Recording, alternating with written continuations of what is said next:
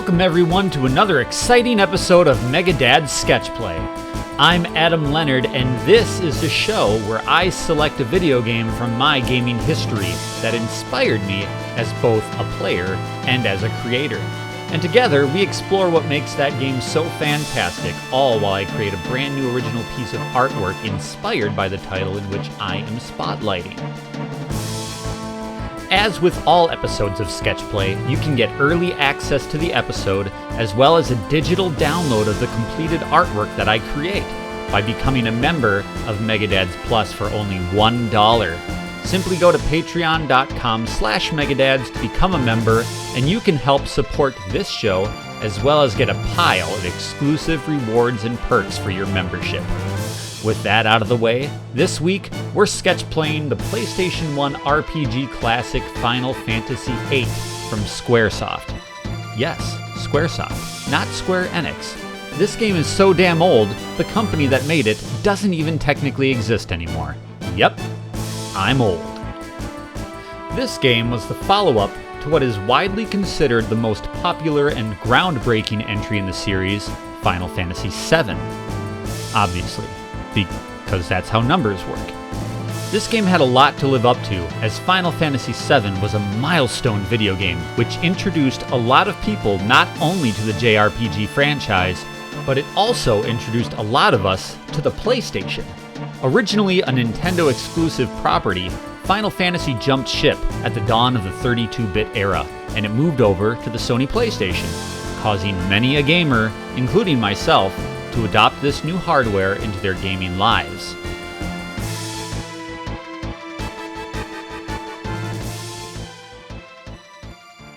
So the expectations were high for the follow-up to such a gargantuan gaming icon. What was Squaresoft to do? Obviously, they had a winning formula with 7, and conventional wisdom would point to iterating on what worked well with that game. But Squaresoft sidestepped everyone's expectations and delivered one of the most divisive entries in the Final Fantasy catalog.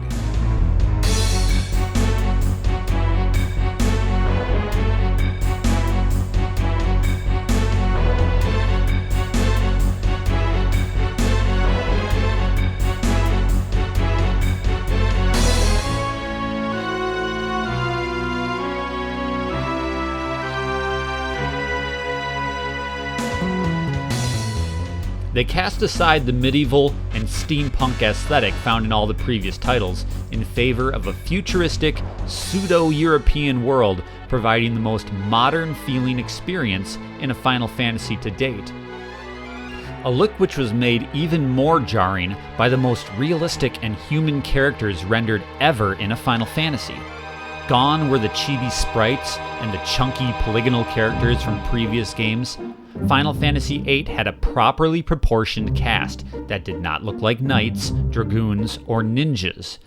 Instead, we got characters like Irvin, who adorned a cowboy hat and a trench coat, or Zell, who was dressed in board shorts and sneakers. This was a brand new look for Final Fantasy, and went along with the brand new game mechanics that they introduced as well.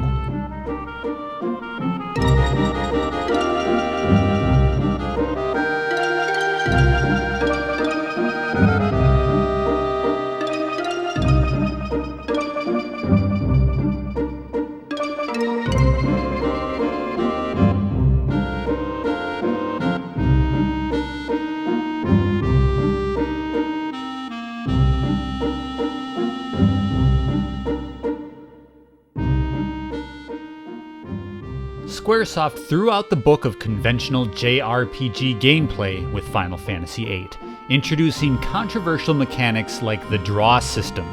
This was a brand new magic system which required the player to siphon a finite amount of spells from enemy characters, as well as mystical environmental springs which were found randomly on the map. This new system turned spellcasting not into a skill to hone and level up, but rather an act of using consumables. Spells basically became ammunition to be spent.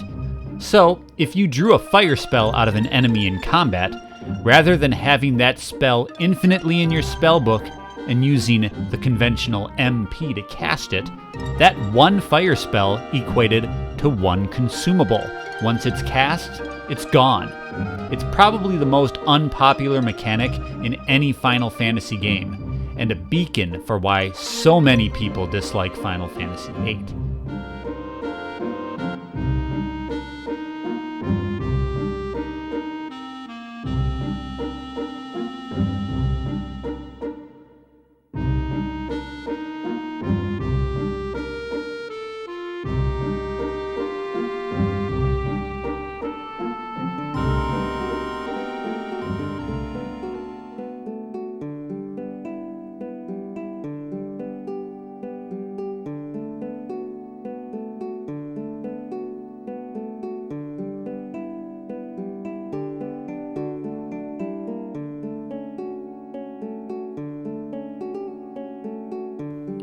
So you may be asking yourself, why is Adam doing a sketch play on such a controversial and divisive game? I'll tell you why.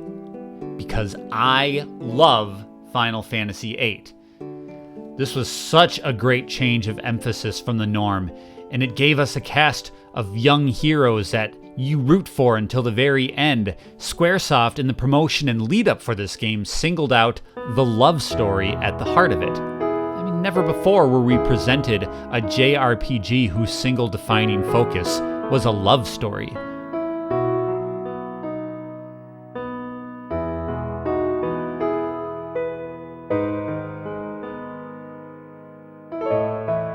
But this game presents a charming story of two people who find themselves amidst a backdrop of war, coming of age, witchcraft, and time travel. Our protagonist, Squall, is a student at a military academy that can fly, because all cool bases can fly. Squall and his friends attend class and take exams in the form of missions, and early in the game they find themselves assisting a small resistance force headed by Squall's destined soulmate, Rinoa. Their paths lead them into an epic confrontation with an evil witch that takes them through the very fabric of space and time. The story expands and twists in so many ways, like any good 90s JRPG.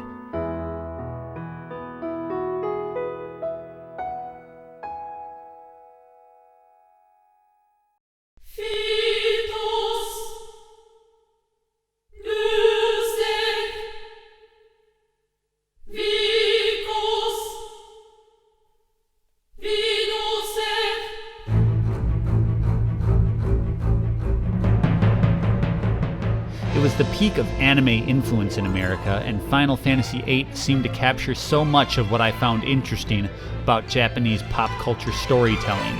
There's something intangible and unexplainable about the experience I had with this game. It's a product of its time, and as a result, this chapter of Final Fantasy feels like nothing else that the series has done before, or after. It's a love it or hate it kind of a title, but I absolutely love it.